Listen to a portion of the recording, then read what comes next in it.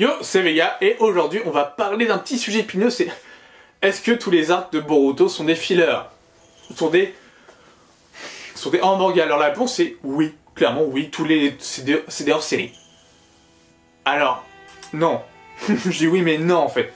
C'est des hors-manga, pratiquement tous, quand il y a 135 épisodes, et ils ont adapté qu'un seul arc, qui est du coup l'arc du film, celle de l'examen des Chunin et de Momoshiki, du coup qui fait 3 tomes dans Boruto, et tout le reste est du hors-manga. Alors hors-manga ne veut pas dire, d'une, que ce n'est pas intéressant, et de deux, que ce n'est pas canon. Parce que oui, il y a pas mal de choses qui sont canon. L'exemple même d'un truc canon, c'est quelque chose qui fait partie intégrante du lore de l'histoire, de l'univers de l'histoire, mais qui n'est pas forcément adapté au support d'origine. Donc le support d'origine, là, c'est le manga. Par exemple, on va prendre... J'ai plein d'exemples en tête. Il y a eu, vers les épisodes 100 à peu près, il y a eu un arc sur Mirai qui est adapté du coup des Chroniques Vaporeuses, un nom comme ça, qui est du coup adapté d'un roman. Il y a aussi le Naruto Shinden, le Naruto Journée Père-Fils, Père-Fils qui a été aussi adapté dans l'anime Boruto. Il y a aussi eu le manga, le 7ème Hokage, la Lune Écarlate, qui a été adapté dans l'anime. Le premier arc qui a été adapté aussi du coup de... Enfin non, c'est un light novel du coup qui a repris l'arc, pour être plus précis. Mais en tout cas, il y a pas mal de supports et qui du coup qu'ils adaptent. Et pourquoi ils font ça? Pourquoi il y a beaucoup d'arcs indépendants au manga dans Boruto? L'une, c'est aussi pour être... Outre le fait que ça peut permettre de développer les personnages et d'adapter les autres supports en animé, c'est aussi pour laisser au manga de l'avance. Le manga paraît tous les mois, ce qui est ce qui fait à peu près 4 épisodes environ. Et donc, comme pour l'époque de Naruto, la transition entre Naruto et Naruto Shippuden, il y a eu énormément de fillers, et là c'était vraiment des fillers. Vraiment, là, je peux pas contredire, c'était vraiment des fillers, c'était un peu nul. Beaucoup peut-être. Et du coup, ça laisse le manga, au temps du manga, du coup, de prendre de l'avance, et quand une fois que le manga aura pris une bonne avance, bah là je pense que du coup il y aura énormément moins de fillers, parce que du coup, oui, il faut que le manga avance, parce que si on le rattrape et qu'on le dépasse, on est un peu foutu. On a bien vu ce que ça donnait dans un truc où les deux œuvres avançaient indépendamment, mais avec la même trame, entre Dragon Ball Super, le manga, et Dragon Ball Super, l'anime. C'était pareil, mais avec des choses qui concordaient pas vraiment, du coup on ne sait même pas ce qui est vraiment canon. Alors théoriquement le canon serait le manga, c'est quelque chose qui ne doit pas se contredire l'œuvre à lui-même, et vu que du coup le support d'origine est un manga, le canon normalement c'est le manga. S'il y a des incohérences etc, du coup ce n'est plus canon. Et les arcs qu'on a eu pour l'instant apportent tous quelque chose qui conduit justement à des arcs vachement intéressants. Je vais parler d'un arc qui n'a pas encore été adapté, mais qui sera sûrement adapté dans un autre support. Je parle du coup de l'arc d'Iwa.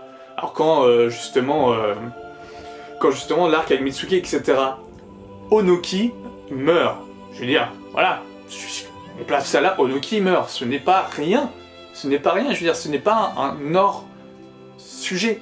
Ce n'est pas un HS. Puisqu'on parle quand même de choses du lore de Naruto, qui du coup a un impact quand même, parce qu'Onoki, il va pas revivre... Après, si dans le manga d'un coup on le revoit, tu fais bah non, oui, forcément c'est quelque chose qui n'existe pas. C'est forcément, ça doit se rentrer dans la chronologie du manga. Si ça respecte la chronologie du manga, ça peut être totalement canon, ça peut être totalement justifié en étant du canon. En plus, l'auteur peut le dire clairement, il peut dire bah écoutez, tout l'anime de Boruto, c'est du canon. Voilà, et ça au moins c'est plié. Mais pour moi, tout l'univers de Boruto, tout l'anime est canon. À part peut-être quelques petits épisodes un peu parler de transition avant chaque arc. Mais pour moi, à peu près, voilà. Pour moi, c'est canon, ça respecte en gros l'univers, l'œuvre, mise en place. Donc, c'est pas dérangeant. Donc, pour moi, c'est pas vraiment des fillers. On parle vraiment de fillers ou de trucs comme ça, c'est vraiment pour vraiment meubler. Même si on sent quand même que c'est un peu du meublage, en mettant des trucs importants, le temps que le manga avance, on peut pas dire que c'est pas du canon. Du coup, voilà, à cette remarque, forcément, du coup, Boruto est du canon. Et encore, un autre exemple que j'ai en tête, les vacances qu'ils ont passées, les vacances qu'ils ont passées dans le deuxième arc de l'anime, avec Boruto, etc., ils sont partis en vacances scolaires, et bah ça, c'était du coup canonisé par le manga. Le manga a dit, oui, on a été en vacances ici. Donc le canon peut être rétroactif, comme le fait que du coup, je sais plus comment elle s'appelle, il y a une personne qui avait quitté le village, Sumire, voilà, Sumire, qui était devenue qui était devenue scientifique dans le manga. On la voit comment elle devient scientifique dans l'anime, et du coup ça reste canon. Je veux dire, ça reste canon, ça ne détruit pas l'œuvre, il n'y a pas un problème de temporalité à la Broly, par exemple, ou de problème de canoniser par au film Dragon Ball et au manga Dragon Ball par rapport à Naruto. En fait, Naruto c'est moins le bordel que le manga, je veux dire que du coup Naruto. Par contre, les films Naruto ne sont pas canons. Parce que du coup, ils ne s'introduisent pas dans la chronologie. On ne peut pas situer ça vraiment dans une chronologie en disant ça se passe à tel moment. Là, oui, puisque de toute manière, c'est chronologique, donc pour le moment, tout est canon. Mais il y a beaucoup de hors-série. De hors-manga, pardon. Par exemple, si on reprend les films de Dragon Ball, tous les films Dragon Ball ne sont pas canons, parce qu'ils ne s'introduisent pas dans la chronologie. Il y a toujours quelque chose qui cloche dans les films par rapport à la timeline principale. On peut dire que ça vient d'une autre timeline. Pourquoi pas? Si dans le truc on peut dire oui, il y a plusieurs vues, il y a plusieurs génériques, etc. Bon là, apparemment, selon du coup le dernier arc en cours de Boruto, il n'y a qu'un seul univers. Voilà, enfin pas qu'un seul univers, il n'y a qu'une seule timeline pour le moment. Et voilà, quand on fait un retour vers le passé, on change le futur, enfin bref, un peu comme le retour vers le futur. Mais les films Naruto, du coup, ne sont pas canons, parce qu'ils peuvent pas s'introduire chronologiquement à l'histoire, à moins que du coup il y ait eu encore un problème de changement de futur, etc. À partir de là, tout peut rentrer dans l'ordre. Donc c'est assez compliqué de dire d'une œuvre qu'elle est canon ou pas. Et c'est un grand débat parce que c'est vrai que ça peut paraître long Boruto, parce que Boruto n'avance pas entre guillemets. L'arc est génial, hein, je dis pas ça, l'arc actuel est vraiment génial, mais c'est vrai qu'on a l'impression que l'arc n'avance pas, que du coup l'arc Tento, le prochain arc en manga, on ne sait pas quand est-ce qu'il va avoir lieu.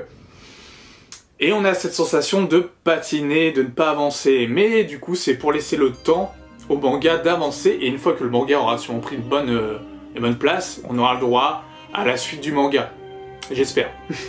Mais pour le moment, on peut pas parler vraiment de non-canon, puisque c'est du canon. C'est du hors manga, mais c'est pas du hors série. Et encore, il y a encore pas mal de romans adaptés, qui seront sûrement adaptés en arc, pour faire allonger la durée de vie de l'animé, mais on n'est pas prêt de voir Kawaki. Pour ceux qui adorent Kawaki, qui veulent voir Kawaki en animé, on n'est pas prêt. On n'est clairement pas prêt de voir Kawaki. Je veux dire, là on est à 135 épisodes, on a fait qu'un arc en manga. Je dirais, c'est vraiment une estimation personnelle. 2022-2023, première apparition de Kawaki. Et ouais, ça peut paraître loin, mais quand on y pense, il n'y a que 4 épisodes par mois. C'est pas si énorme que ça, un arc comme Iwa, qui a duré 25 épisodes, ça a duré, voilà, 6 mois à peu près. Ça se trouve, je me suis planté totalement dans mon calcul dans ma tête, mais c'est pas grave. Mais ça a duré presque 6 mois, donc au final, c'est long sans être long, sans côté qu'il y a des fois, il y a des semaines où il n'y a pas d'épisode. Comme là, il y a eu une semaine où on n'a pas eu d'épisode récemment. Donc ça peut être long, 2023 pour la première apparition de Kawaki, mais finalement pas tant que ça. S'ils repartent sur d'autres arcs, même s'ils veulent déjà suivre le manga, parce que quand ils resuivront du coup le manga, bah voilà, il y aura le temps de peaufiner tout ça jusqu'à temps de rencontrer Kawaki. Du coup, la première apparition de Kawaki sera pas avant l'épisode, allez, de 200, au moins. On va tabler sur l'épisode 200. On a largement le temps, et ça peut paraître long, et je comprends qu'il y a des gens qui sont lassés par Boruto, parce que ça ne suit pas le manga, mais dans ce cas-là, bah, lisez le manga. Lisez le manga, ne suivez pas l'animé, ou regardez les trucs intéressants. Par exemple, si vous voulez des trucs intéressants et que vous êtes arrêté à l'examen de Chunin, reprenez directement Urashiki, parce que là vous aurez de l'Otsutsuki, vous aurez du Naruto, du Sasuke, vraiment tout ce qui est de l'ancienne génération, et du coup de l'avancement sur Boruto, de l'avancement psychologique sur Boruto, et ça peut faire clairement suite, tu veux dire, t'enlèves tout ce qui est avant, tu prends la fin de l'examen des Chunin, du coup, et le début de l'arc qu'on a avec Urashiki, donc à partir de l'épisode 120, ça passe crème. Il n'y a pas vraiment de grands soucis. Les événements sont du bonus. Entre guillemets, ça agrémente l'or de l'histoire. Et moi, je vais pas te dire non, parce que j'adore du coup l'univers de Naruto. Et en connaître plus, ça me va.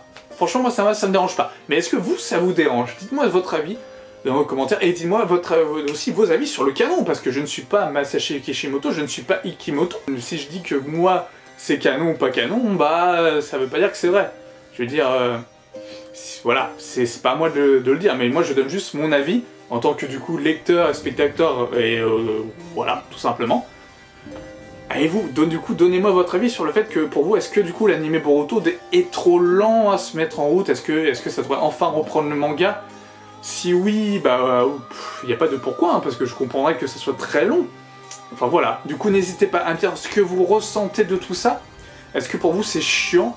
Boruto, est-ce que vous avez lâché depuis un moment? Est-ce que vous lisez que le manga? Ou est-ce que vous avez foi en l'anime? Est-ce que vous rencontrerez l'anime une fois que ça aura repris le manga? Ou pour vous, Boruto, c'est mort, enfin pas mort, hein, dans le sens enterré, ou que c'est chiant en fait, tout simplement. À force d'agrémenter de nouvelles choses, mais de ne pas partir dans l'histoire directement. Dans l'histoire avec un H du manga. Donc voilà, j'espère que cette vidéo vous aura plu, n'hésitez pas à mettre un pouce en l'air et à commenter cette vidéo, de toute façon je vous les ai incités à commenter un peu avant. Donc voilà, écoutez, portez-vous bien, je vous dis à une prochaine. Sur ce, ciao!